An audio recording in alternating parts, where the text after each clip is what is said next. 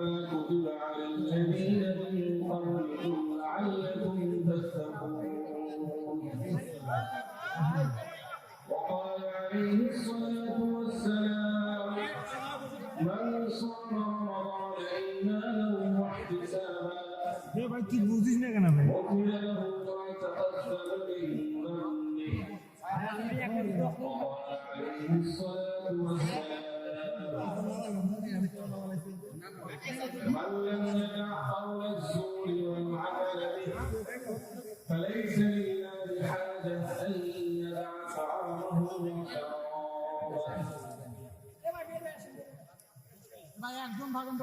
বাংলাদেশের ঐতিহ্যবাহী জেলা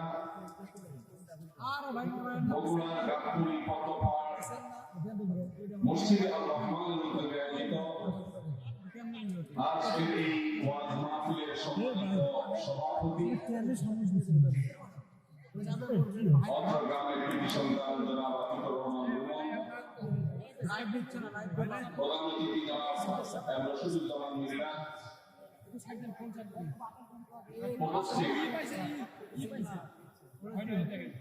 সম্মানিত ওলামায়ে কেরাম, বেটাই দাও, তোমার বেটাই চেঞ্জ করবি। কোন বেটারি? অত্র এলাকার গণ্যমান্য মুরব্বিয়ানে নিজাম এবং দূর-দূরান্ত থেকে আগত আমার প্রাণপ্রিয় কোরআন এবং হাদিস প্রেমী ভাইয়েরা, পর্দার আড়ালে থাকা আমার মা বোনেরা, আল্লাহ রাব্বুল আলামিন আজকের এই মুবারক মাহফিলে আমাদের আশা, আমাদের ভরসা, আজকের এই মাহফিলে এসে কোরআন হাদিসের কথা শোনা, আমাদের সব কার্যক্রমকে কবুল এবং মঞ্জুর করুন। প্রিয় ভাইরা, আমাদের দৌড়গোড়ায় উপস্থিত হয়ে গেছি বরকত এবং মাগফিরাত, নাজাত, বরকতের মাস রমজান। এই রমজান মাসে ফজিলত, এর মর্যাদা, এর তাৎপর্য, এর মাহাত্ম্য রমজানের আগে থেকেই আমাদেরকে অবগত করা। রমজান আসার আগে থেকেই যদি আমরা রমজান মাসের গুরুত্ব, এ মাসের তাৎপর্য, এ মাসের করণীয়, এ মাস সংক্রান্ত মাসাইলগুলো জানতে পারি, তাহলে আমাদের রমজান কোরআন এবং হাদিসের আলোকে আমরা সাজাতে পারবো। আমাদের রমজান সার্থক হবে, আমাদের রমজান সফলভাবে আমরা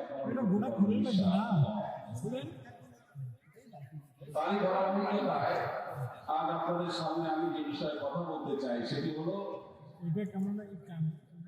মাহে রমজানের করণীয় আমলসমূহ। আল্লাহ রাব্বুল আলামিন ইমানদারদের প্রতি অনেক বড় অনুগ্রহ করেছে। এটা খোলা বছরের 11 মাস একজন ইমানদার, জান্নাত প্রত্যাশী মানুষ জান্নাতের পথে এগিয়ে যাওয়ার জন্য যে পরিমাণ নেক আমল, যে পরিমাণ ইবাদত, যে পরিমাণ তাকওয়ার চর্চা করার কথা, আগে সিটিং করবে তুমি কে দেখছে শয়তানের কলঙ্কের কারণে, আমাদের ঈমানের দুর্বলতার কারণে, নানা কারণে সেটাতে আমরা পিছিয়ে থাকি। বছরের 11 মাস আমল এবং ইবাদতে আমাদের যে ঘাটতি হয়, আমরা যতটুকু পিছিয়ে থাকি, যতটুকু অভাব এবং শূন্যতার সৃষ্টি হয়, সারা বছরে আমল এবং ইবাদতের ঘাটতিকে পুষিয়ে নেওয়ার জন্য আল্লাহ রাব্বুল আলামিন দুটি বৃহৎ ইবাদতের মৌসুম দিয়েছেন আমাদেরকে। তার সবচেয়ে বড় মৌসুম আমাদের দৌড়গোড়ায় উপস্থিত, সেটি হলো আরেকটি ইবাদতের মৌসুম আছে বছরে, দ্বিতীয় বৃহত্তর ইবাদতের মৌসুম, যে সম্পর্কে আমাদের সমাজে খুব একটা জানাশোনাও নাই, সেটা হলো জিলহজের প্রথম 10 দিন, ইবাদতের আরেকটি মৌসুম। একজন ব্যবসায়ী যেরকম তার ব্যবসার লাভ লস পুষিয়ে নেওয়ার জন্য, অন্য সময়ের ঘাটতি পুষিয়ে নেওয়ার জন্য তাকে যেরকম কিছু সিজনকে কাজে লাগাতে হয়, তার যেরকম কিছু সিজন আছে, মৌসুম আছে, ঠিক একইভাবে একজন ইমানদার মুসলমানের ইবাদতের ঘাটতি পোষাবার মৌসুমের নাম হলো রমজান। এই রমজান মাস পাওয়ার পরও যদি কেউ 11 মাসের ইবাদতের ঘাটতি পুষিয়ে দিতে না পারে, এই রমজান মাস পাওয়ার পরও যদি কেউ আল্লাহর কাছ থেকে নিজের মাগফিরাত আদায় করে দিতে না পারে, আমাদের নানা অপরাধ গুনাহ পাপাচারের কারণে হয়তো জাহান্নামীদের তালিকায় আমাদের নাম চলে গেছে, সেই নাম কাটাবার সবচেয়ে সুবর্ণ সুযোগ আমাদের দোরগোড়ায় উপস্থিত রমজান মাস। এই রমজান মাস পাওয়ার পরে যদি কোনো মুসলমান আল্লাহর কাছ থেকে তার নাম জাহান্নামীদের তালিকা থেকে কাটিয়ে জান্নাতীদের তালিকায় অন্তর্ভুক্ত করতে না পারে, তাহলে এর চাইতে হতভাগা, এর চাইতে দুর্ভাগা, এর চাইতে কপাল করা মুসলমান আর কেউ হতে পারে না। জীবনে আল্লাহ তাআলা আমাদেরকে অনেক রমজান মাস দিয়েছে। আল্লাহ নবী সাল্লাল্লাহু আলাইহি ওয়াসাল্লাম খুব তার জীবনে তিনি রমজান পেয়েছেন সাকুরে 8টা। দ্বিতীয় হিজরিতে আল্লাহ রাব্বুল আলামিন রমজানের রোজা ফরজ করেছেন। দশম হিজরিতে আল্লাহ তাআলা তাকে দুনিয়া থেকে নিয়ে গেছেন। তাহলে সাকুরে সর্বোচ্চ 8টা রমজান পেয়েছেন আমাদের নবীজি সাল্লাল্লাহু আলাইহি ওয়াসাল্লাম। কয়টা রমজান পেয়েছেন? 8টা। আজ গাবতলীর এই মাহফিলে আমরা যারা উপস্থিত আছি, আমাদের এইখানে এমন বহু মানুষ আছেন যে তার জীবনে 40, 50, 60টা পর্যন্ত রমজান মাস পেয়েছে। ঠিক না ঠিক? সাহাবীদের অনেকে তাদের জীবনে মাত্র একবার রমজান পেয়েছে। হয়তো ইসলাম গ্রহণ করেছেন রমজানের আগে, রমজান মাসটা পেয়েছেন, এরপরে হয় মৃত্যু হয়ে গেছে, আল্লাহ জিহাদের ময়দানে শহীদ হয়ে গেছেন। একটা রমজান জীবনে পেয়েছে। বহু সাহাবী আছেন 2টা 4টা রমজান পেয়েছেন। অনেক সাহাবী আছেন জীবনে একটা রমজানও পান নাই, ইসলাম গ্রহণ করেছেন, এরপরে আল্লাহর রাহে জিহাদে শামিল হয়েছেন, রমজান আসার আগে দুনিয়া থেকে চলে গেছে। তবে আমরা যারা জন্মসূত্রে মুসলমান, তাদের যার যত বছর বয়স তিনি ততগুলো রমজান পেয়েছে।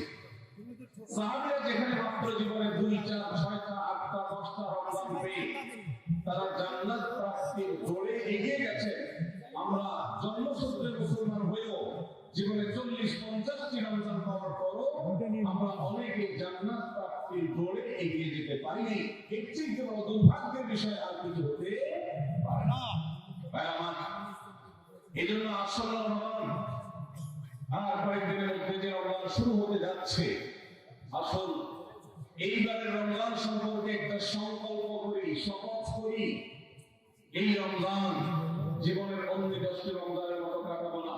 এই রমজানকে ব্যতিক্রম, সম্পূর্ণ ভিন্নতর, সম্পূর্ণ আমল এবং ইবাদত এবং তাকওয়া চর্চার মধ্য দিয়ে আল্লাহর মাগফিরাত নাজাত নিজের করে নেওয়ার মধ্য দিয়ে আমরা এই রমজানকে আমি সার্থক করার চেষ্টা করবো ইনশাআল্লাহ। ভাইরা আমার, রমজানের আমল ইবাদত কিভাবে করব, কোনটা করব কোনটা করব না, এ সম্পর্কে যথেষ্ট ধোঁয়াশা আমাদের মধ্যে আছে। আমাদের এই দেশে মুসলমানদের কাছে রমজান মাস মানে 4টি কাজ। রমজান মাস মানে কয়টা কাজ? 4টা কাজ। রমজান মানে হলো রোজা রাখা, তারাবির নামাজ পড়া, আর সাহরি খাওয়া, ইফতার খাওয়া। রোজা, তারাবি, সাহরি, ইফতার, এই 4 জিনিসের নাম হলো আমাদের মুসলমানদের রমজান মাস। অথচ আমাদের প্রিয় নবী সাল্লাল্লাহু আলাইহি ওয়াসাল্লাম রমজান মাসে এই 4 কাজের বাইরে আরো অনেক আমল, অনেক কর্মসূচি, অনেক কার্যতালিকা, অনেক আমলের তালিকা তিনি আমাদেরকে দিয়েছেন, যেটা আমরা মুসলমানরা অনেকেই জানি না। আজ আমরা নবী করিম সাল্লাল্লাহু আলাইহি ওয়াসাল্লাম আমাদেরকে রমজান মাসে যে সমস্ত আমল করতে বলেছেন, আমি সেই সমস্ত আমলের কথা আপনাদের সঙ্গে খুব সংক্ষেপে শেয়ার করবো ইনশাআল্লাহ। কারণ আমি নবী করিম সাল্লাল্লাহু আলাইহি ওয়াসাল্লামের হাদিস থেকে এবং কোরআন কারীম থেকে 27টি আমলের কথা আপনাদের সঙ্গে শেয়ার করবো ইনশাআল্লাহ, যার সবগুলোই রমাদানের জন্য স্পেশাল, তবে অনেকগুলো রমজানের বাইরের সময় আমাদের করণীয় এবং করণীয়। এই বিষয়ে আমরা এই বছর প্রথমবারের মতো একটা বই করেছি, আপনারা জানেন, মাহে রমজানের 27 আমল। এই বই থেকে আমি 27টি আমল আপনাদেরকে শোনাবো ইনশাআল্লাহ। আর আমি 27 আমলগুলি শেষ করার পর প্রশ্নোত্তর সেশন শুরু করার আগে এই 27 আমল এক বিশ্বাসে বা এক প্রাণে যদি কেউ শোনাতে পারেন, যে কথা শোনাতে পারবে সেই কথাকে এই বই আমি ফ্রি উপহার দেবো ইনশাআল্লাহ। যুবকরা চ্যালেঞ্জে রাজি আছেন তো ইনশাআল্লাহ? গত 2 বছর আগে সোনাইমুড়িতে, নোয়াখালীর সোনাইমুড়িতে আমি এই 27টি আমলের উপরে বক্তব্য রেখেছিলাম। আমাকে সোনাইমুড়ির এক যুবক বিস্মিত করেছে, চমৎকৃত করেছে, সারপ্রাইজ করেছে। সে এক দাঁড়ানোতে টানা 27টা আমল বলে দিয়েছে। আমি নিজে বলে লেখক হয়েও আমি বলতে পারবো না, 27টা টানা বলতে পারবো না, একটু বেঁধে বেঁধে বলতে হবে। কিন্তু সেই তরুণ টানা 27টা বলে দিয়েছে। তো বগুড়ার যুবকরা চ্যালেঞ্জ নিতে রাজি আছেন ইনশাআল্লাহ? রেডি তো তাহলে? ঠিক আছে ইনশাআল্লাহ। আমি সাধারণত ওয়াজ করার পর কি করলাম সেটা আবার শুনি, ফিডব্যাক নিই। শুধু আমি ওয়াজ করে চলে যাবো, পানি শেষে চলে যাবো, মান করবো না, কথা হয় না। এই জন্য আজকের ওয়াজের পরে মান করা হবে ইনশাআল্লাহ। ঠিক আছে ইনশাআল্লাহ? যে যত বেশি প্রশ্নের উত্তর দিতে পারবে সেই তত বড় ভূমিকা হিসাবে বিবেচিত হবে ইনশাআল্লাহ। যদি আল্লাহ তাআলা আমাদেরকে মানুষগুলো সৃষ্টি করেছেন, মাছের থেকে অনেক শ্রেষ্ঠ আমরা, শুধু বুঝার সুবিধার্থে বলা। আল্লাহ আমাদেরকে মনোযোগের সাথে শোনা এবং আমল করার তৌফিক দান করুন। ভাই আমার, রমজান কেন্দ্রিক যে সমস্ত আমল, যে সমস্ত করণীয় আমাদের আছে, তার মধ্যে প্রথম করণীয় হলো শাবানের 29 তারিখে পশ্চিম আকাশে রমজানের চাঁদ তালাশ করা। এটা একটা আমল। কোন দিন চাঁদ তালাশ করবেন? শাবানের 29 তারিখ। এই বছর আমাদের দেশে শাবানের 29 তারিখ কবে হচ্ছে? রোজা কবে থেকে শুরু হচ্ছে? রবিবার থেকে। তাহলে 29শে শাবান সন্ধ্যায়, যেদিন থেকে রোজা হওয়ার সম্ভাবনা আছে, সেই দিন সন্ধ্যায় মাগরিবের আগে পশ্চিম আকাশের দিকে চাঁদ অনুসন্ধান করার চেষ্টা করে তাকাবেন। পশ্চিম আকাশের চাঁদ অনুসন্ধান করার জন্য যদি চেষ্টা করেন, একটু খোঁজার চেষ্টা করেন, চাঁদ দেখতে যদি পান তো ভালো। এমনকি যদি চাঁদ দেখতে নাও পান, চাঁদ দেখার চেষ্টা যে করেছেন, এই কারণে আপনার আমল নামাতে সওয়াব লেখা হবে, একটা সুন্নত আদায় করার সওয়াব। ভাইরা আমার, আমরা আমাদের ছেলেবেলায়, আমাদের শৈশবে রমজানের আনন্দ আজ করতাম পশ্চিম আকাশের চাঁদ দেখে। ঈদের আনন্দের সূচনা এবং শুরুই হতো ঈদের চাঁদ দেখার মধ্য দিয়ে। এমন একটা সময় আমরা এখন এসে পৌঁছেছি যে সময়ে সবাই চাঁদ তালাশ করে, কিন্তু সেটা আকাশে না, ফেসবুক। এখানে ঠিক চাঁদ কি ফেসবুকে উঠে না আকাশে উঠে? কারণ সবাই যদি ফেসবুকে চাঁদ তালাশ করেন, আকাশে চাঁদ দেখবে। ও ইসলামী ফাউন্ডেশনের হেলাল কমিটি, চাঁদ দেখা কমিটির কিছু মানুষ, তাদের উপরে নির্ভর করে 18-20 কোটি মানুষ তারা ফেসবুকে তাকায় আছে। এটা খুবই দুর্ভাগ্যজনক একটা বাস্তবতা। নবী করিম সাল্লাল্লাহু আলাইহি ওয়াসাল্লামের হাদিস আমরা লক্ষ্য করে তিনি বলেছেন, সুমু লিরুইয়াতিহি ওয়া আফতিরু লিরুইয়াতিহি। তোমরা চাঁদ দেখে সিয়াম সাধনা করবে, চাঁদ দেখে রমজান উদযাপন করবে, চাঁদ দেখে রমজানের ইবাদত বন্দেগী করবে, আর চাঁদ দেখে তোমরা ঈদ উদযাপন করবে। চাঁদ দেখে তিনি আমাদেরকে রোজা রাখতে বলেছেন। অতএব চাঁদ দেখতে হবে কি হবে না? ভাইরা আমার, বিলুপ্ত হওয়া মৃত প্রায় সুন্নাহগুলোর মধ্যে থেকে একটা হলো চাঁদ তালাশ করার সুন্নাহ। এটা ফরজে কিফায়া, মুসলিম সমাজের কেউ যদি না করে সবাই গুনাহগার হবে। এটা খুবই রিস্কি একটা বিষয়, দুর্ভাগ্যজনক একটা বিষয় যে 20 কোটি মানুষের রমজান মাত্র মুষ্টিমেয় কয়েকজন মানুষের দেখার উপর নির্ভর করবে। ভাইরা আমার, আমরা পশ্চিম আকাশে চাঁদ দেখার চেষ্টা করবো ইনশাআল্লাহ। যদি চাঁদ দেখতে পান আপনি, তাহলে নবী সাল্লাল্লাহু আলাইহি ওয়াসাল্লামের সেখানে একটা দোয়া করবেন, আল্লাহুম্মা আহিল্লাহু আলাইনা বিল আমনি ওয়াল ঈমান ওয়াস সালামাতি ওয়াল ইসলাম রাব্বি ওয়া রাব্বুকাল্লাহ। চাঁদকে লক্ষ্য করে বলবেন, চাঁদের সাথে কথা বলবেন। চাঁদ আপনার কথা হয়তো বুঝবে না, কিন্তু আল্লাহর এরকম সৃষ্টি যারা আমাদের কথা বুঝতে পারে না, তাদেরকে লক্ষ্য করে কিছু বলার মানে হলো আপনি মূলত আপনার মনের আকুতিকে প্রকাশ করছেন। হ্যালো, চাঁদকে লক্ষ্য করে নবী সাল্লাল্লাহু আলাইহি ওয়াসাল্লাম চাঁদ দেখে বলতেন, আল্লাহুম্মা আহিল্লাহু আলাইনা বিল ইউমি ওয়াল ঈমান। হে আল্লাহ, এই যে চাঁদ আমি দেখতে পাচ্ছি, এই চাঁদের পুরো মাসটাকে যে আমার জন্য বরকত এবং ঈমান দিয়ে পরিপূর্ণ করে দিন। এই চাঁদ পুরো মাস জুড়ে থাকবে, অথবা পুরো মাস জুড়ে এই চন্দ্র মাসে আমি আপনার কাছে আমার জীবনে প্রভূত বরকত, কল্যাণ এবং ঈমান আপনার কাছ থেকে চাই। ওয়াসসালামু ওয়াল ইসলাম, এবং আমি নিরাপত্তা চাই। এই চাঁদ, এই চন্দ্র মাস আমার জন্য যেন নিরাপদ হয়, এবং ইসলামের সাথে যেন এই মাস আমি অতিবাহিত করতে পারি, ঈমানের সাথে যেন অবিচল থাকতে পারি। রব্বি ওয়া রাব্বুকাল্লাহ, হে চাঁদ, তোমার সৃষ্টিকর্তা, পালনকর্তা, আমার পালনকর্তা এক আল্লাহ। ভাই আমার, চাঁদ দেখার চেষ্টা করা যাবে তো ইনশাআল্লাহ? সোশ্যাল মিডিয়াতে আপনি চাঁদের খবর খুঁজেন, দোষ নাই, কিন্তু আমরা সবাই যদি সোশ্যাল মিডিয়াতে চলে যাই, পশ্চিম আকাশে চাঁদটা দেখবে কে? দুর্ভাগ্য। মসজিদ মাদ্রাসার ছাত্ররা, ওলামায়ে কেরাম, তারাও চাঁদ তালাশ করতে দেখা যায় খুবই কম, খুবই নগণ্য। আল্লাহ তাআলা আমাদের সবাইকে মৃতপ্রায় সুন্নাহকে জিন্দা করার তৌফিক দান করুন। এই বছর 29শে রমজান শুক্রবারে হবে না শনিবারে হবে? কে কে চাঁদ দেখবেন হাত তোলে? আল্লাহ আমাদের সবাইকে চাঁদ দেখার তৌফিক দান করুন। মৃত সুন্নাহকে জিন্দা করার নিয়ে তো চাঁদ দেখবেন ইনশাআল্লাহ। আল্লাহ আমাদের সবাইকে আমল করার তৌফিক দান করুন।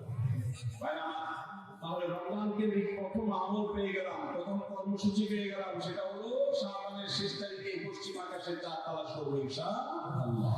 নাম্বার 2, রমজানের দ্বিতীয় আমল, যেটা রমজানের প্রধান আমল মূলত কি সেটা বলেন দেখি। রমজানের প্রধান আমল কি ভাই? রোজা রাখা। মাশাআল্লাহ, তো সঠিক। রমজান মাসের প্রধান আমল হলো রোজা রাখা। রোজা রাখার চাইতে এই মাসের বড় কোনো আমল হতে পারে না। রোজা রাখা রমজানের সুন্নত না মুস্তাহাব? ফরজ। ফরজ মানে হলো আল্লাহর সেই নির্দেশ, যে নির্দেশ লঙ্ঘন করলে জাহান্নামের শাস্তি অবধারিত, জাহান্নামের শাস্তি এড়ানো যাবে না, যে নির্দেশ মান্য করা আবশ্যক, এরকম একটি ফরজ। ইসলামের স্তম্ভ কয়টা ভাই? 5টা। নবী করিম সাল্লাল্লাহু আলাইহি ওয়াসাল্লাম বলেছেন, বুনিয়াল ইসলামু আলা খামস। ইসলাম দাঁড়িয়ে আছে 5টি ফাউন্ডেশনের উপরে, 5টি খুঁটির উপরে, 5টি ভিত্তির উপরে। সেই 5টি ভিত্তির এক নম্বর হলো শাহাদাতে আল্লাহ ইলাহা ইল্লাল্লাহ ওয়া আন্না মুহাম্মাদান রাসূলুল্লাহ। আল্লাহ ছাড়া ইবাদত এবং উপাসনার উপযুক্ত আর কেউ নাই, আর মুহাম্মদ সাল্লাল্লাহু আলাইহি ওয়াসাল্লাম আল্লাহর পাঠানো রাসূল, এই কথা সাক্ষ্য মুখে দেওয়া, এটা হলো 1 নম্বর স্তম্ভ। স্তম্ভ নম্বর 2, 5 ওয়াক্ত নামাজ আদায় করা। স্তম্ভ নম্বর 3, যাকাত আদায় করা, যাদেরকে আল্লাহ সামর্থ্য দিয়েছেন, সচ্ছলতা দিয়েছেন। স্তম্ভ নম্বর 4, হজ করা। স্তম্ভ নম্বর 5, রমজানের রোজা রাখা। তবে অনেক হাদিসে রমজানের রোজাকে 4 নম্বরে আর হজকে 5 নম্বরে রাখা হয়েছে। তাহলে রমজান মাসে রোজা রাখা এটা শুধু ফরজ না, মৌলিক ফরজ। নবী করিম সাল্লাল্লাহু আলাইহি ওয়াসাল্লাম বলেছেন, যদি কেউ জীবনে একটি রোজা শরীয়ত গ্রাহ্য ওযর ছাড়া কেউ যদি ভঙ্গ করে, রোজা না রাখে, রমজানের পরে যদি সে সারা জীবন রোজা রাখে, দায় মুক্ত হয়তো হয়ে যাবে, সে কাজা আদায় করেছে, কাফারা আদায় করেছে, দায় মুক্ত হয়তো হয়ে যাবে, কিন্তু রমজানের একটা রোজা রেখে আল্লাহর কাছে যে পরিমাণ মর্যাদার অধিকারী হওয়ার কথা, সারা জীবন রোজা রেখেও রমজানের ওই একটা রোজার ক্ষতিপূরণ করা সম্ভব নয়। এই জন্য সবাই রমজান মাসে রোজা রাখবো তো ইনশাআল্লাহ। সকল প্রাপ্তবয়স্ক সুস্থ ইমানদারের জন্য রমজানের রোজা রাখা ফরজ। ভাই আমার, পৃথিবীতে আজ অনেক বিজ্ঞানী রোজা বা ফাস্টিং এর উপরে গবেষণা করে অনেক বড় পদক অনেক বড় পুরস্কার জিতেছে। এখন ডাক্তাররা আমাদেরকে বলে যে একটা সময় আমরা যেন ফাস্টিং করি, একটা সময় আমরা যেন না খেয়ে থাকি, আমাদের স্বাস্থ্যের জন্য ভালো। নবী সাল্লাল্লাহু আলাইহি ওয়াসাল্লাম সেই ১৫০০ বছর আগে আল্লাহর দেয়া বিধান আমাদেরকে জানিয়েছেন। রমজানে পুরো মাস রোজা, শাবানে মহরমে বেশি বেশি নফল রোজা, সোমবারে শুক্রবার সাপ্তাহিক রোজা, চাঁদের ১৩, ১৪, ১৫ আইয়ামে নিজের মাসিক রোজা, নিয়মিতভাবে এই রোজায় সিয়ামগুলো যদি পালন করি আমরা, তাহলে আল্লাহর সন্তুষ্টি এবং জান্নাত লাভ যেমন হবে, ঠিক একইভাবে আমরা দুনিয়াতে সুস্থ সবল থাকতে পারবো। আমাদের শরীরে অতি ধীরে চর্বি তৈরি হয়, বিশেষ করে আজকের বিশ্ব বাস্তবতায় এই চর্বিগুলোকে বার্ন করার জন্য রোজার কোনো বিকল্প। যদিও চর্বি বাড়ানোর উদ্দেশ্যে রোজা রাখলে সে রোজা রোজা নয়। আমাদের উদ্দেশ্য আল্লাহ সন্তুষ্টি অর্জন, পাশাপাশি এমনি পেয়ে যাবো। আল্লাহ আমাদের সবাইকে রমজান রোজা রাখার তৌফিক দান করুন। নবী করিম সাল্লাল্লাহু আলাইহি ওয়াসাল্লাম তিনি বলেছেন, যে ব্যক্তি রমজানে ঈমান এবং ইখলাসের সাথে আল্লাহকে খুশি করার জন্য রমজান রোজা রাখবে, আল্লাহ তার পূর্বে সমস্ত গুনাহ মাফ করে দিবেন। অনেক যুবক আছেন গ্যাস্ট্রিকের অজুহাতে, অনেকে আছেন প্লাস্টিকের অজুহাতে রোজা রাখেন না। কারণ গ্যাস্ট্রিক, কারণ প্লাস্টিক। সামান্য একটু রোজা রাখতে যে যুবক পারে না, সে নিজেকে মুসলিম দাবি করে। কোন মুসলিম? মাত্র 12-14 ঘন্টা যে বাইরে থাকার মতো চ্যালেঞ্জ নিতে পারে না,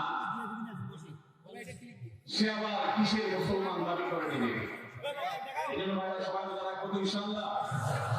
বাসা বাড়িতে বাচ্চাদেরকে কৈশোর বয়স থেকে তাদেরকে রোজা রাখতে শেখাবেন। সাহাবায়ে কেরাম আশুরা রোজা পর্যন্ত বাচ্চাদেরকে রাখাতেন এবং তাদেরকে খেলনা দিয়ে ঘোরাতেন, রোজা রাখতে তাদের সাহায্য করতেন। আজ এমন এক প্রজন্ম আমরা গড়ে তুলছি, যে প্রজন্ম শুধু ভোগ শিখেছে, ত্যাগ শিখে নাই। বাচ্চা কাচ্চাদেরকে দেখবেন মা বাপ বড় বড় মোবাইল, স্মার্টফোন তাদের হাতে তুলে দিচ্ছে। তারা মুখ দিয়ে কোনো কথা বললেই সেটা নেওয়ার জন্য, কেনার জন্য বাবা অস্থির ব্যাকুল হয়ে যাচ্ছেন। তাদেরকে সম্মান, ত্যাগ, চ্যালেঞ্জ নেওয়া, এগুলো তাদেরকে শেখাচ্ছেন না। মনে রাখবেন, ভোগ করতে কোনো যোগ্যতার দরকার হয় না, ত্যাগ করতে যোগ্যতার দরকার হয়। ভোগ করতে সবাই পারে, ত্যাগ করতে সবাই পারে না। এই জন্য সন্তানকে ভোগ নয়, ত্যাগ শেখাতে হবে। আল্লাহ আমাদেরকে তৌফিক দান করুন। আপনার বাচ্চা যদি রোজা রাখা শিখে সব করে রোজা রাখে, তাকে বাধা দিবেন না, তাকে রোজা রাখতে দিবেন। কারণ সে রোজা রাখার মধ্য দিয়ে গরিব বাবার মানুষের কষ্ট অনুভব করবে, ফিল করবে। সে রোজা রাখার মধ্য দিয়ে আল্লাহর নৈকট্যের ফিলিংস তার মধ্যে আসবে, ইসলামের সংস্কৃতিকে সে অনুভব করবে, আঁচ করবে। এই জন্য সন্তানকে কৈশোর বয়স থেকে, কিশোর বয়স থেকে তাকে রোজা রাখতে সাহায্য করবে ইনশাআল্লাহ। ঠিক আছে না ভাই? বাচ্চাদের প্রথম হয়তো রোজা অর্ধেক রাখবে, দুপুরে ভেঙে ফেলবে, এরপর না হয় বিকাল পর্যন্ত রাখবে, এরপর না হয় সন্ধ্যা পর্যন্ত রাখবে, কিন্তু অভ্যাসটাকে গড়ে তুলতে হবে। আল্লাহ আমাদেরকে তৌফিক দান করুন। ভাইরা আমার, তাহলে রমজানের প্রধান আমল রোজা রাখা। এই রোজা ইচ্ছাকৃত শরীরাঘাত ওযর ছাড়া ভাঙা জায়েজ নাই, হারাম। যদি কেউ ভাঙে অথবা না রাখে সে ফাসিক। অতএব এই রোজা চর্চা আমাদের করতে হবে। আল্লাহ আমাদের সবাইকে তৌফিক দান করুন। তাহলে 3 নম্বর আমল হলো রমজান মাসের, 2 নম্বর আমল হলো রমজান মাসে রোজা রাখা। 3 নম্বর আমল হলো রাতে তারাবির নামাজ আদায় করা। রাতে কি আদায় করা হয়? তারাবির নামাজ আদায় করা কি ফরজ না নফল? ফরজ না সুন্নাত? সুন্নাত, সুন্নাতে মুআক্কাদা। নবী করিম সাল্লাল্লাহু আলাইহি ওয়াসাল্লাম বলেছেন, মান সামা মান রমাদান ঈমানান ওয়া ইহতিসাবা গুফিরা লাহু মা তাকাদ্দামা মিন যামবি। যে ব্যক্তি রমজান মাসে রাতে দাঁড়িয়ে তারাবির নামাজ পড়বে, তার পূর্বের সমস্ত গুনাহ তাকে মাফ করে দেওয়া হবে।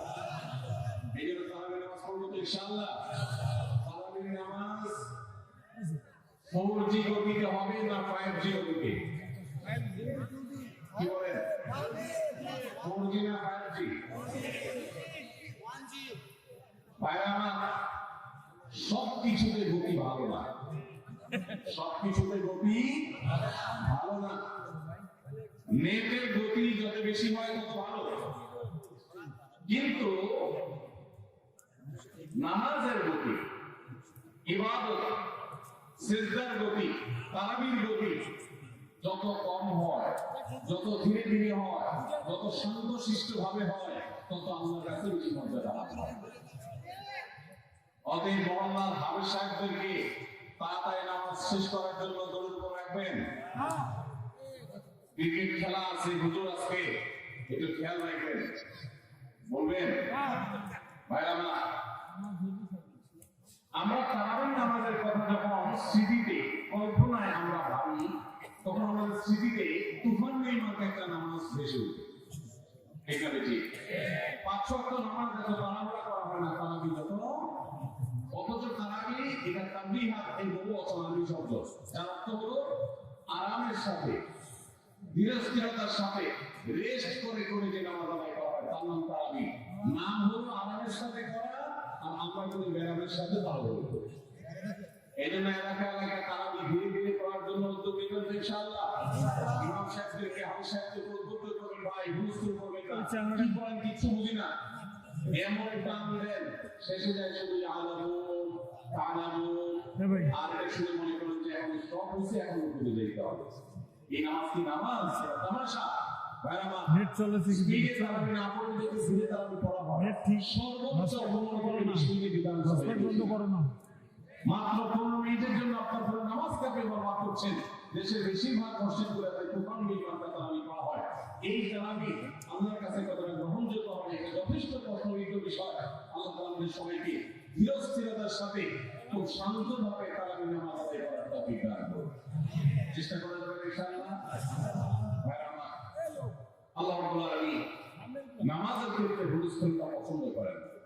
যার নামাজ যত বেশি সময় নিয়ে আদায় করেন, তিনি আল্লাহর কাছে তত শ্রেষ্ঠ, তত ভালো নামাজ। আর যার নামাজে যত হুলস্থুল করা হয়, তার নামাজের কোয়ালিটি মর্যাদা আল্লাহর কাছে তত কম। অতএব আমরা রমজানের তৃতীয় আমল জানালাম তারাবির নামাজ, এবং সেটা হুলস্থুলের সাথে আদায় করলাম, আমাদের তৌফিক দান করুন। নাম্বার 4, সাহরি খাওয়া। সাহরি খাওয়া এটা রমজানের একটা আমল। আপনি সারা বছর লাঞ্চ করেন, ডিনার করেন, দুপুরের খানা খান, রাতের খানা খান, সকালে ব্রেকফাস্ট নাস্তা করেন, কিন্তু পুরোটা ইবাদত হয় না, চালু সব হবে না। কিন্তু রমজান মাসে ভোর রাতে ঘুম থেকে উঠে যে আপনি খাবার খাবেন, এই খাবার খাওয়ার জন্য উঠলেন এবং খাইলেন, এই কারণে আপনার অ্যাকাউন্টে আপনার আপন আল্লাহ তাআলা সওয়াব জমা করে দিবেন। আপনি রিওয়ার্ড পাবেন, বিনিময় পাবেন। কেন? কারণ নবী করিম সাল্লাল্লাহু আলাইহি ওয়াসাল্লাম বলেছেন, তাসাহহারু ফাইন্না ফিস সাহুরি বারাকাহ। তোমরা সাহারি খাবার খাবে ভোর রাতে, রোজার মাসে রোজা রাখতে গিয়ে সাহারি খাবার খাবে। কেন? কারণ সাহারির যে খানা, এই খানাতে আল্লাহ তাআলা বরকত রেখেছেন। এই খানা খাইলে তার জন্য আমাদের স্পিরিচুয়াল, আধ্যাত্মিক বিভিন্ন রকমের উপকারিতা আল্লাহ তাআলা এর মধ্যে নিহিত রেখেছেন। এর মধ্যে খাদ্য শক্তি আছে, আমাদের এনার্জি হবে শরীরে, রোজা রাখতে সহজ হবে। এর পাশাপাশি সাহারির খাবারে আলাদা একটা বরকত আছে, শেফা, বহুবিধ উপকারিতা আমাদের শরীরে, আমাদের মনের জন্য আল্লাহ রেখেছেন। এই জন্য সাহারি খাওয়াটা আলাদা একটা ইবাদত। যদি আপনার সন্ধ্যা রাত্রে বেশি খাওয়া হয়ে যায়, সাহারিতে খানা খাওয়ার মতো মুড না থাকে, অন্তত এক ঢোক পানি, একটা খেজুর, সামান্য কিছু খেয়ে হলো আপনি সাহারি খাবেন, তাহলে আপনি সওয়াব পাবেন। কি বলো? কারণ যদি সাহারি খেতে না পারেন, এখান থেকে নিশ্চয় রাতে উঠতে পারেন না, অ্যালার্ম বাজছে কিন্তু শুনেন নাই, উঠে দেখেন ফজরের আযান হয়ে গেছে, ঠিক আছে তো। তাহলে ওই দিনে রোজা কি হবে নাকি হবে না? হবে। মাশাআল্লাহ, তোমরা মানুষ মাসালা জানা দেখা যায়, রোজা হয়ে যাবে ইনশাআল্লাহ। কারণ এই সাহারি খাওয়া ফরজ না ওয়াজিব না, সুন্নাত। সুন্নাত ছুটে গেলে ইবাদত হয় না, এটা সেরকম না।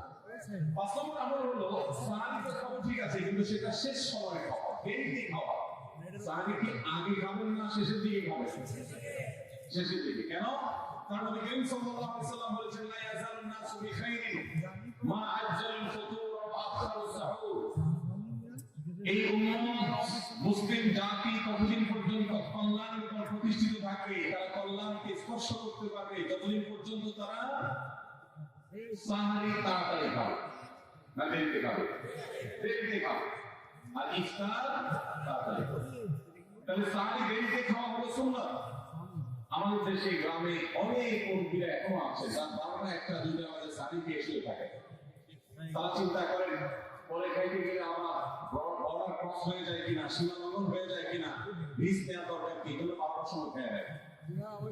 এটার কারণে সাহারি খাওয়ার সওয়াব পাবেন ঠিকই, কিন্তু দেরিতে সাহারি খাওয়ার যে সুন্নাত, সেই সুন্নাত আদায় হবে, এই জন্য দেরিতে খাওয়া। দেরিতে খাওয়া মানে আমার এরকম দেরি না যে আপনি আর মুয়াজ্জিন সাহেব দুজন কম্পিটিশন করছেন, আপনার হাতে খাবারের প্লেট আর মুয়াজ্জিনের হাতে মাইক, হ্যাঁ আপনি আগে শেষ করেন আর মুয়াজ্জিন আগে আযান দিবে, কম্পিটিশন চলছে। এত দেরি করে একেবারে লাস্ট মিনিট পর্যন্ত খাওয়া সুন্নাত নয়। কথা কি বুঝতে পারছি? কয়েক মিনিটের গ্যাপ রেখে তারপরে খাওয়া শেষ করবেন, কারণ নবী সাল্লাল্লাহু আলাইহি ওয়াসাল্লাম সানি খেয়ে শেষ করে ফজর নামাজ শুরু করতেন, এর মধ্যে 50টা আয়াত পড়ার মতো গ্যাপ রাখতেন, অর্থাৎ প্রায় 10 মিনিট মতো একটা গ্যাপ থাকতো। এই জন্য আমরা একটা গ্যাপ রেখে তারপর সানি শেষ করবো।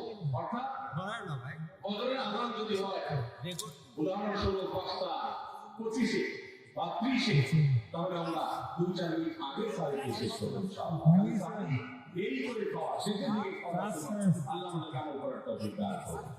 রমজান মাসে সাহারি নামে একটা নতুন নাটক শুরু হয়েছে এই দেশে, সেটার নাম হলো সাহারি পার্টি। আপনারা শুনেছেন? বিশেষ করে শহরের ছেলেমেয়েরা পোলাপান তারা আজকাল ভোর রাতে বন্ধু বান্ধব সহ রেস্টুরেন্টে গিয়া সাহারি পার্টি আড্ডা বাইর করছে। শয়তানি এবং ফাইজলামের আর কোনো জায়গা নেই, সাহারির জন্য পার্টি বাইর করছে। তাও আবার ছেলে মেয়ে একসাথে মিলে গেছে। সাহারি খাওয়া ইবাদত, এবং সাহারির এই সময়টা দোয়া কবুলের সময়, তাহাজ্জুদের সময়।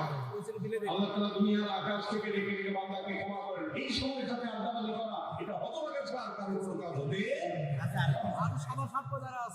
এরপরে 6 নম্বর আমল হলো ইফতার করা। রোজা রেখেছেন কিন্তু ইফতার করেন নাই, রোজা হয়ে যাবে কিন্তু সুন্নাত আদায় হবে না। এজন্য ইফতার করা একটা সুন্নাত। আল্লাহ তাআলা আরহামুর রাহিম, এমন একটা মাস রমজান মাস, সারা বছর কিন্তু আমরা নাস্তা করি, সারা বছর যেটা নাস্তা করি রমজানে সে নাস্তাই করি। পার্থক্য হলো সারা বছর নাস্তা করি সকালে, রমজান নাস্তা করি সন্ধ্যায়। মানুষ দীর্ঘ সময় না খেয়ে থাকার পরে যে খাবার খায় সেটাকেই ব্রেকফাস্ট বলে, সেটাকেই নাস্তা বলে। আর যদি ইফতার বলা হয়, এই ইফতার শব্দের অর্থ কিন্তু নাস্তা। ইফতার শব্দের অর্থ কি? নাস্তা। সারা বছর নাস্তা খেলে কোনো সওয়াব হবে, কিন্তু রমজান মাসে আপনি যদি সারাদিন উপবাস থাকার পর সুন্দর ব্রেকফাস্ট করেন, একটা ইফতার করে, তাহলে আল্লাহ তাআলা আপনাকে সুন্নাত পালন করার সওয়াব দিবেন। এই জন্য ভাই ইফতার করা একটা সুন্নাত। 7 নম্বর, ইফতার আবার তাড়াতাড়ি করা আরেকটা সুন্নাত। এটা 7 নম্বর আমল, ইফতারটা একটু তাড়াতাড়ি করা। তাড়াতাড়ি করা মানে কি? সূর্য ডোবার 2 মিনিট আগে, কি বলেন? তাহলে তাড়াতাড়ি করতে হলো। তাড়াতাড়ি মানে হলো সূর্য ডোবার সাথে সাথে করা, বিলম্ব বা দেরি। নবী করিম সাল্লাল্লাহু আলাইহি ওয়াসাল্লাম এই হাদিস আমরা স্মরণ করি, তিনি বলেছেন লা ইয়াজালুন নাসু বিখাইরিন মা হাজ্জালুল ফুতুর ওয়া আখারুস সাহুর। এই মানুষ, এই উম্মত ততদিন কল্যাণের উপর পরিশীল থাকবে যতদিন তারা ইফতার তাড়াতাড়ি করবে আর সাহরি দেরিতে করবে। ইফতার তাড়াতাড়ি করা এর মানে হলো সূর্য ডুবছে আর দেরি করবে না। শিয়ারা এবং ইহুদিরা তাদের মধ্যে রোজা আছে, ফাস্টিং আছে, তারা সেই রোজায় ইফতার করে হলো চতুর্দিক অন্ধকার হয়ে যাওয়ার পর, সূর্য ডুবার পর ইফতার করে না। এই জন্য নবী সাল্লাল্লাহু আলাইহি ওয়াসাল্লামের আদর্শ হলো তার বিপরীত, অর্থাৎ সূর্য ডুবার পর ইফতার করে ফেলা, অতিরিক্ত বিলম্ব না করা। আল্লাহ আমাদেরকে আমাদের তৌফিক দান করুন। 8 নম্বর আমল হলো ইফতারের দোয়া পড়া। ইফতারের দোয়া জানা আছে ভাই? এই দোয়া না বুঝতে পারছি। আমরা একটা দোয়া কমন জানি বাংলাদেশের মানুষ, সেটা হলো আল্লাহুম্মা লাকা সুমতু আলা রিজকিকা আফতার। এটাও হাদিসে বর্ণিত হয়েছে, কিন্তু হাদিসের সনদে অনেকে কোন কোনটা নিয়ে আলাপ করেছেন, প্রশ্ন করেছেন। আল্লাহুম্মা লাকা সুমতু মানে হলো হে আল্লাহ, আপনার নির্দেশে রোজা রেখেছি, ওয়া আলা রিজকিকা আফতারতু, এবং আপনার রিজিক দিয়ে ইফতার করেছি। আর ইফতার আরেকটা দোয়া হলো যাহাবাল জামা ওয়া তাল্লাতিল উরুক ওয়া সাবাতাল আজরু ইনশাআল্লাহ। এটা একটা দোয়া। যদি এগুলো দোয়ামূলক নয়, আমরা দোয়া বলছি, এটা মূলত আল্লাহর কাছ থেকে একটা প্রত্যাশা। এর অর্থ হলো জামাবাল জমা, আমার পিপাসা দূর হয়ে গেছে। ওয়াদাল্লাতিল উরুক, আমার শিরা উপশিরাগুলো সব সিক্ত হয়ে গেছে। ওয়া সাবাতাল আজরু ইনশাআল্লাহ, এবং আল্লাহ চাহেন তো এই রোজার বিনিময় আমার সাব্যস্ত হয়ে গেছে, আল্লাহর কাছে এটা স্থির হয়ে গেছে। এটা হলো ইফতারের দোয়া। ইফতারের দোয়াটা কি ইফতারের আগে করবো না পরে করবো? ইফতারের দোয়াটা যারা ইফতারের আগে করার পক্ষে তারা হাত তোলে।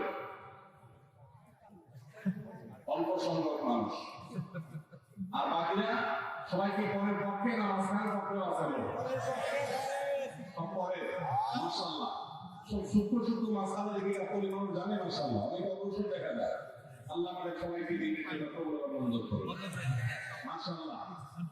ভাই আমার ইফতারের দোয়াটা ইফতারের পরে করতে হয়, যেটা বেশিরভাগ মানুষ জানে না, কিন্তু আমি অবাক হলাম যে এখানে বেশিরভাগ মানুষ আপনারা জানেন মাশাআল্লাহ। মানুষ বোঝা গেছে ইফতারের দোয়ার অর্থের দিকে তাকালে তো বোঝা যায় এটা আগে না পরে।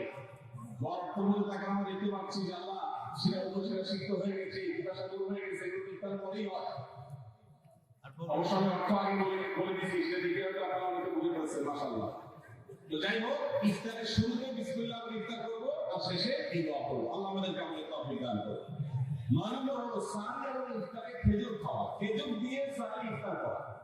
ইফতারে আপনারা যা খান এখন খেজুর দিয়ে খান। নবী সাল্লাল্লাহু আলাইহি ওয়াসাল্লাম আধা খেজুর দিয়ে ইফতার করতেন, যেটাকে রোপা বলা হয়। আর যদি সেটা না পাওয়া যেত সাধারণ যে কোনো খেজুর, সেটাও না পাওয়া যায় একটু পানি খেয়ে তারপর তিনি ইফতার করতেন। আমরা ইফতারে খেজুর খেতে হয় সুন্নাহ, এটা আমরা জানি, কিন্তু যেটা জানি না সেটা হলো সাহারিতে খেজুর খাওয়া। ভোর রাতে সাহারিতে খেজুর খাওয়া সুন্নাত, এটা আগে থেকে জানতে না করে আগে জানতেন মাশাআল্লাহ। গত বছর রমজানে সাহারিতে ভাত তরকারি যাই খাইছেন না খাইছেন, একটা হলো খেজুর খাইছেন, কারা কারা হাত তোলেন মাশাআল্লাহ। এটা কি সব আমল করা মানুষ মাশাআল্লাহ, তাহলে তো ওয়াজ করার দরকার নেই। একটু নলেজেবল মানুষ, একটু আমলদার মানুষ যদি এলাকায় থাকে, কেন আমাদের দরকার নেই। আল্লাহ আমাদের সবাইকে আমাদের তৌফিক দান করুন। ভাই আমার ইফতারে খেজুর খাওয়া যখন সুন্নাত, সাহারিতে খেজুর খাওয়া সুন্নাত, কিন্তু খেজুর সুন্নাত কোন ফরজ ওয়াজিব না। খেজুরের দাম বেশি হয়ে গেছে, আপনি কিন্তু অপারক। যদি একটা খেজুর পড়ার না রাখার তাহলে কোনো অসুবিধা হবে। তবে নবী সাল্লাল্লাহু আলাইহি ওয়াসাল্লাম যেহেতু ইফতার ও সাহারিতে খেজুর খেতেন, আর খেজুরে প্রচুর পরিমাণ সুগার আছে, উপকারী, যেটা মানুষের স্বাস্থ্যের জন্য উপকারী, প্রচুর পরিমাণ এনার্জি আছে, খাদ্য শক্তি আছে, সামাজিক রোজা রেখে আমাদের যে সুগারের ঘাটতি হয় সেটা পূরণ করার জন্য সহায়ক হয়। এই জন্য সাহারি ইফতারে খেজুর খাওয়া এমনিতেও উপকারী। আর নবী সাল্লাল্লাহু আলাইহি ওয়াসাল্লামের সুন্নাত, তিনি বলেছেন নি'মা সাহুরুল মুমিনি আত-তামর, ঈমানদারের সাহারির আইটেমের মধ্যে সবচেয়ে বেশ উত্তম হলো খেজুর। এই জন্য অন্য যাই খান না খান, একটু হলো এক পিস হলো খেজুর খাবেন, ইনশাআল্লাহ সুন্নাত আদায় করার নিয়তে গেলে এই সুন্নাতটা আদায় হয়ে যাবে আল্লাহ তাআলা চাইলে। তাহলে 9 নম্বর আমল হলো সাহারি ও ইফতারে খেজুর খাওয়া। 10 নম্বর আমল হলো সকল প্রকার পাপাচার বর্জন করা, গুনাহের কাজ থেকে বিরত থাকা। এইটা হলো রমজান মাসের দ্বিতীয় সর্বোচ্চ গুরুত্বপূর্ণ আমল। সিরিয়ালে আমরা 10 নম্বরে বলেছি, কিন্তু 27টা রমজানের স্পেশাল আমলের মধ্যে সবচেয়ে গুরুত্বপূর্ণ আমল হলো রোজা রাখা, আর দ্বিতীয় সর্বোচ্চ গুরুত্বপূর্ণ আমল হলো সব ধরনের পাপাচার বর্জন করা, গুনাহের কাজ ত্যাগ করা।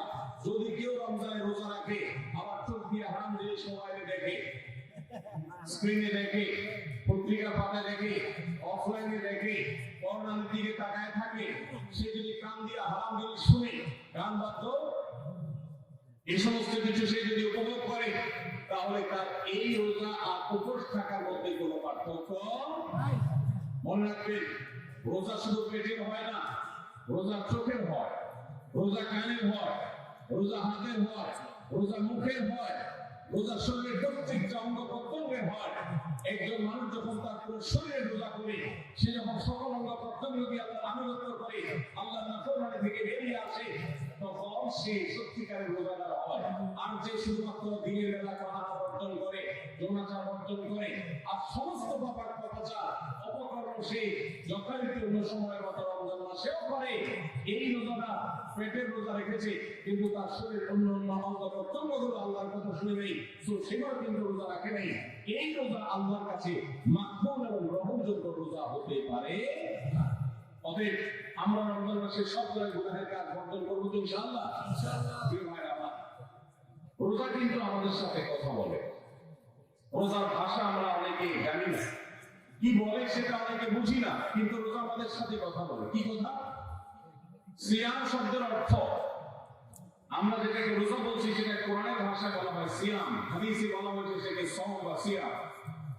এই সওম বা সিয়াম একই শব্দ, এর অর্থ হলো বিরত থাকা। এর অর্থ হলো কি ভাই? বিরত থাকা, ব্রেক দিতে জানা। আল্লাহ রাব্বুল আলামিন রোজার মতো ইবাদত দিয়েছেন আমাদেরকে জীবনে ব্রেক দেওয়ার অভ্যাস গড়ে তোলার জন্য। আমরা যেন ব্রেক দিতে শিখি, আমরা যেন থামতে শিখি, আমরা যেন নিজেদেরকে নিয়ন্ত্রণ করতে শিখি। ইসলামের যে বৈশিষ্ট্য, ইসলামের যে বিউটি, ইসলামের যে সৌন্দর্য, সেটা হলো ইসলাম পৃথিবীর মানুষকে আত্মনিয়ন্ত্রণ করবার কথা বলে। আজ ভোগবাদী পৃথিবীর যেদিকে তাকাবেন, চতুর্দিকে দেখতে পাবেন শুধু ভোগের হাতছানি। এই সুন্নাতটা বিলুপ্ত হয়ে গেছে, এটা নিয়ে চর্চা নেই। এই জন্য আমরা এটা বাসাবাড়িতে নতুন করে চিন্তা করবো। আল্লাহ আমাদেরকে তৌফিক দান করুন। 20 নম্বর আমরা হলো দান সাদাকা বেশি বেশি করা। নবী সাল্লাল্লাহু আলাইহি সাল্লাম এমনিতেই প্রচুর পরিমাণ দান করতেন, কিন্তু রমজান আসলে তার দানশীলতার পরিমাণ বেড়ে যেত। এই জন্য অভাবী প্রতিবেশী গরিব দুঃখী সবার ঘরে ঘরে আমরা আমাদের সাধ্য অনুযায়ী দান পৌঁছানোর চেষ্টা করবো। রমজান উপলক্ষে এটা রমজান 19 নম্বর স্পেশাল আমল, বিশেষ আমল। 20 নম্বর রমজানের কর্মসূচি হলো ভোর রাতে দোয়া করা। কারণ সারা বছর ভোর রাতে তাহাজ্জুদের নামাজ পড়া বা দোয়া করার সুযোগ আমাদের হয় না, কিন্তু রমজানে সাহারি ক্ষেত্রে এমনি ওঠে। অতএব এই টাইমে দোয়া কবুল হয়। 24 ঘন্টার ভিতরে দোয়া কবুলের সবচেয়ে মুখ্যম সুযোগ, সবচেয়ে আদর্শ সময় হলো এই তাহাজ্জুদের সময়। ভাইরা আমার, ঢাকা একটি বড় কোম্পানি, বাংলাদেশের সবচেয়ে বড় শিল্প প্রতিষ্ঠান বললে ভুল হয়তো হবে না। অন্তত এটুকু বলা যায় যে প্রথম 3-4টি বড় প্রতিষ্ঠান একটি প্রতিষ্ঠানের একজন কর্মকর্তা বছর 2 আগে আমার সাথে হঠাৎ দেখা। তিনি আমাকে ডেকে বেশ আবেগাপ্লুত হলেন এবং অনেকটা জড়িয়ে বললেন এবং বললেন, ভাই আপনার একটি আলোচনা থেকে আমার জীবনে তো এমন এক পরিবর্তন আসছে যেটা অকল্পনীয়, অভাবনীয়। আমি যে নতুন হয়ে জানতে চাইলাম কোনটা। তখন তিনি বললেন, ভাই আমার জীবনে এমন একটা রোগ হয়েছে, আমি কি করবো? যে রোগ ভিডিও করবো না। ট্রিটমেন্ট করার জন্য দেশে বিদেশে বিভিন্ন জায়গায় গিয়েছে, কোন চিকিৎসা এর আমি পাইনি। শেষ পর্যন্ত আশাহত হয়ে চাকরি ছেড়ে দিয়ে, শহর ছেড়ে দিয়ে গ্রামে গিয়ে বসবাস করা শুরু করছি এবং আগে স্টেট নাও, আগে স্টেট নিয়ে তারপর এর মধ্যে আপনার একটা আলোচনা ক্লিপ আমার চোখের সামনে আসলো, সোশ্যাল মিডিয়াতে যেটা শুনলাম। আগে স্টেট নাও। সে আলোচনাটা ছিল আল্লাহর কাছ থেকে অসাধ্য সাধন করার সময় হলো ভোর রাত তাহাজ্জুদের সময়। আমি এই আলোচনা শোনার পর ওই রাতে আগে স্টেট দিয়ে তারপর ঘুরে না। আমি ঘুম থেকে উঠে ভোর রাতে তাহাজ্জুদ করে আল্লাহর কাছে বুক ভাসিয়ে মন ভরে কাঁদলাম, দোয়া করলাম। ওই ভাই বলেন যে আমি এত দোয়া করলাম, দোয়া করতে করতে দীর্ঘ সময় আমি পরিতৃপ্ত হলাম, আমার দোয়া শেষ হয়ে গেল। এরপর দোয়া করে শেষ করার পর ফজর নামাজের সময় হয়ে গেছে। আমার ফিল হলো, অনুভব হলো যে আমার শরীরে আর কোনো রোগ বলে এখন মনটা নাই। এবং তিনি গত 2 দিন আগে তার সাথে আমি দেখা করলাম ঢাকায়, গতকালকে দেখা করলাম 2 দিন আগে, মাত্র 1 দিন আগে দেখা করলাম। তিনি এখন সুস্থ সবল হয়ে আবার তার চাকরিতে ফিরে গিয়ে সপদে সমধনায় আছেন। তিনি এক সহকর্মীকে ডেকে আমার সামনে বলছেন, এই তোমরা বলো তো, আমি আগে শারীরিকভাবে বেশি ফিট ছিলাম নাকি এখন বেশি ফিট? তখন তার সহকর্মী আমার সামনে বলছে, স্যার আপনি আগে অনেক বেশি রাগারাগি করতেন, আপনি হসপিটালে ছিলেন, অনেক বেশি অসুস্থ হয়ে যেতেন কিছু হলে, কিন্তু এখন আপনি এসে আগের সময়ের তুলনায় অনেক বেশি সুস্থ এবং ফিট। তিনি বলেন, ভাই ভোর রাতের দোয়া প্রভাব এত বেশি, তাহাজ্জুদের সময়ের দোয়া এত গুরুত্বপূর্ণ যে এই এক দোয়া জীবনের আমল পরিবর্তন করে দিয়েছে। এগুলো ভাইরা রমজান মাসে বিশেষ করে যখন তাহাজ্জুদের সময় সাহারি খেতে যখন উঠবেন, সাহারি খাওয়ার পর 10টা মিনিট সময় হাতে রাখেন বা সাহারি খাওয়ার আগে 10 মিনিট আগে উঠে উঠে 2 রাকাত 4 রাকাত নামাজ পড়ে বা নামাজ পড়া থাকলে অন্তত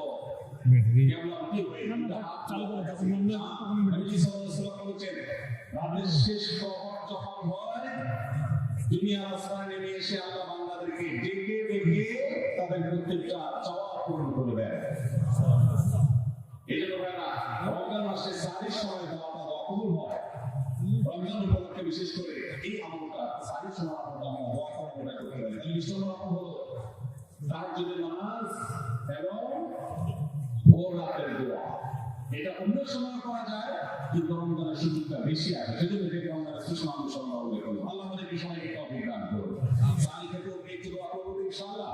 দুটা মিনিটের জন্য আমরা দোয়া করবো, একাকি জন্য আল্লাহর কাছে আমরা কি করব? এর চেয়ে বড় দুর্ভাগ্যের বিষয় কি আছে যে আল্লাহ চাওয়ার জন্য ডাকছেন, আমি অবহেলা করে বসে আছি। ভাই আমার পাঁচক নামাজের জন্য মুয়াজ্জিন আপনাকে ডাকে, কিন্তু ভোর রাতে দোয়া কবুলের জন্য আল্লাহ আপনাকে ডাকে। ওকে, সারি খেতে উঠলে ভোর রাতে সারির সময় দোয়া করবো ইনশাআল্লাহ। 21 নম্বর আমল ওমরা করা, তাদের নাম মাহফুজ নিচে নাম ওমরা করবেন। নবী সাল্লাল্লাহু আলাইহি ওয়াসাল্লাম বলেছেন আমরা প্রতি রমজান কায়দুল হজ্জা, রমজানে কি ওমরা করলে একটা হজের সওয়াব পায়। কোন কোন হাদিসে আসছে কায়দুল হজ্জাতের নাই, নবীর সাথে হজের সওয়াব পাওয়া যায় রমজানে ওমরা করলে। আল্লাহ আমাদেরকে যখন তৌফিক দিয়ে আমরা সবাই সেটা করব ইনশাআল্লাহ। ঠিক আছে না? নিয়ত করেন, দোয়া করেন, আল্লাহ এই তৌফিক অবশ্যই দিবেন। 22 নম্বর আমল হলো রমজানের শেষ 10 দিন মসজিদে ইতিকাফ করা। গুরুত্বপূর্ণ একটা পয়েন্ট, মসজিদে ইতিকাফ করা। খুব মনোযোগ দিয়ে শুনি। রাসূল করিম সাল্লাল্লাহু আলাইহি ওয়াসাল্লাম রমজানের রোজা ফরজ হওয়ার পর থেকে নিয়ে তার মৃত্যু পর্যন্ত একটি বছরের জন্য রমজানের শেষ 10 মসজিদে ইতিকাফ করা ছাড়া ছিলেন না। একবার তিনি মসজিদে ইতিকাফে বসেছেন, কিন্তু ইমার্জেন্সি একটা কারণে মসজিদ থেকে বের হতে হয়েছে। এই জন্য তিনি পরের বছর 20 দিন ইতিকাফ করেছেন। 10 দিন হলো ওই বছরে, আর 10 দিন হলো আগের বছরে যে ইতিকাফ ভেঙে ফেলেছেন সেটা ইতিকাফ কাফা। তার মানে হলো নবীজির জীবনে কখনো ইতিকাফ 1 বছর একটা রমজান মাসেও ছাড়েন নাই, ভিতরে চলে আসে। আর শেষ 10 দিন আসলে ঈদের দিনগুলো যখন কাছে আসে, তখন পাঁচ নামাজের ওই নিয়মিত মুসল্লি ছাড়া বাকিগুলো সব উদাও হয়ে যায়। নবী সাল্লাল্লাহু আলাইহি ওয়াসাল্লাম করতেন তার উল্টাটা। আমাদের আয়েশা বলেছেন কানা ইয়াজিদাহু ফীহি মা লা ইয়াজিদাহু ফী গায়রি। আমাদের নবী সাল্লাল্লাহু আলাইহি ওয়াসাল্লাম রমজানের শেষ 10 ইবাদতের জন্য যত কষ্ট করতেন, যত সাধনা করতেন, অন্য কোন সময় ইবাদতের জন্য এত সাধনা করতেন না। অথচ আমরা দেখা যায় শেষ 10 অবহেলা করে। এই জন্য হয় না, শেষ 10 ইবাদতের পরিমাণ বাড়িয়ে দিতে হবে, আমলের পরিমাণ বাড়িয়ে দিতে হবে। এটাই আল্লাহ তাআলার নির্দেশনা, সেটাই রমজানের শেষ 10 আমল। 24 নম্বর আমল হলো শেষ 10 পরিবারকে ঘুম থেকে ডেকে তোলা। এটা আল্লাহ সাল্লাল্লাহু আলাইহি ওয়াসাল্লাম রমজানের শেষ 10 কানা ইলা দাখাল আশর আহিয়া লাইলা ওয়া আইকানা আহলা। তিনি পরিবারকে ঘুম থেকে ডেকে তুলতেন এবং স্ত্রী সঙ্গ ত্যাগ করতেন। শেষ 10 কোমর বেঁধে ইবাদত করতেন। এটা 24 নম্বর আমল। শেষ 10 পরিবারকে ঘুম থেকে ডেকে তোলা। নবী অন্য কোন সময় ঘুম থেকে ইবাদত করে ডাকতেন না, অন্য কাজ ইচ্ছা থেকে হবে না, কিন্তু সেই 10 এত বড় অফার, এত বড় সুযোগ লাইলাতুল কদর সেই 10 আছে। এই জন্য এই 10 ইবাদতের জন্য পরিবারকে তিনি ডেকে বলতেন, তারা সব থাকক তিনি সহ্য করতেন না। এই জন্য 24 নম্বর আমল হলো রমজানের শেষ 10 পরিবারকে ঘুম থেকে ডেকে তোলা এবং স্ত্রী সঙ্গ ত্যাগ করা সেই 10 জন্য। 25 নম্বর আমল হলো লাইলাতুল কদর অনুসন্ধান করা। রমজানের শেষ 10 প্রত্যেকটা রাতে কিন্তু সবাই কদর হতে পারে, বিশেষ করে বিজয় রাতে 21, 30, 25, 27, 29 এই রাতগুলোতে লাইলাতুল কদর হওয়ার সম্ভাবনা অনেক জোরালো। সৌদি আরবের মানুষ তাদের বেতন রাতে তালাশ করবে, আমরা আমাদের বেতন তালাশ করবো ইনশাআল্লাহ। নবী সাল্লাল্লাহু আলাইহি ওয়াসাল্লাম বলেছেন যে তাহারা লাইলাতুল কদর ফিল মিথল আশর ওয়া আখির রমাদান। রমজানের শেষ 10 বেতন রাতগুলোতে তোমরা সবাই কদর হতে পারে, সে আশা বেশি বেশি করে ইবাদত করলেই করো। লাইলাতুল কদর ইবাদতকে আল্লাহ বলেছেন লাইলাতুল কদর খায়রুম মিন আলফি শাহর। 1000 মাস, 1000 মাস ইবাদত করলে যে সওয়াব পাওয়া যাবে, লাইলাতুল কদর এক রাতের ইবাদতের সওয়াবটা থেকে বেশি হবে। সেই রাত কোনটা আল্লাহ নির্দিষ্ট করেন নাই, এই জন্য শেষ 10 প্রত্যেকটা রাতে ইবাদত করার চেষ্টা করা, স্পেশালি এই রাতগুলোতে। 26 নম্বর আমল হলো লাইলাতুল কদরের আশায় বিশেষ দোয়া করা। সেটা কি? আল্লাহুম্মা ইন্নাকা আফুউন তুহিব্বুল আফওয়া ফাআফু আন্নী। আল্লাহ আপনি ক্ষমাশীল, আপনি ক্ষমাকে ভালোবাসেন, আপনি আমাদেরকে ক্ষমা করে দিন। এটা রমজানের শেষ 10 প্রত্যেক রাতে করবেন। যে রাতটা একটু শান্ত শিষ্ট, একটু শীতল, একটু মিষ্টি ভাব, একটু লাইলাতুল কদরের আবহাওয়া বোঝা যায়, সেই রাতকে লাইলাতুল কদর আশা করে, প্রত্যাশা করে বেশি বেশি দোয়া করবেন। আল্লাহুম্মা ইন্নাকা আফুউন তুহিব্বুল আফওয়া ফাআফু আন্নী। তাহলে 26 নম্বর আমল হলো লাইলাতুল কদরের দোয়া করা। 27 নম্বর সর্বশেষ আমল হলো ফিতরা আদায় করা।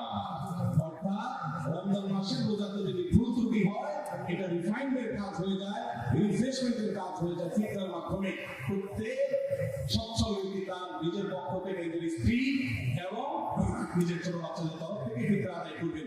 প্রাপ্তবয়স্ক সন্তান থাকলে তারা তাদেরকে আদায় করবে, আর না হলে বাবা তাদেরকে আদায় করতে পারে।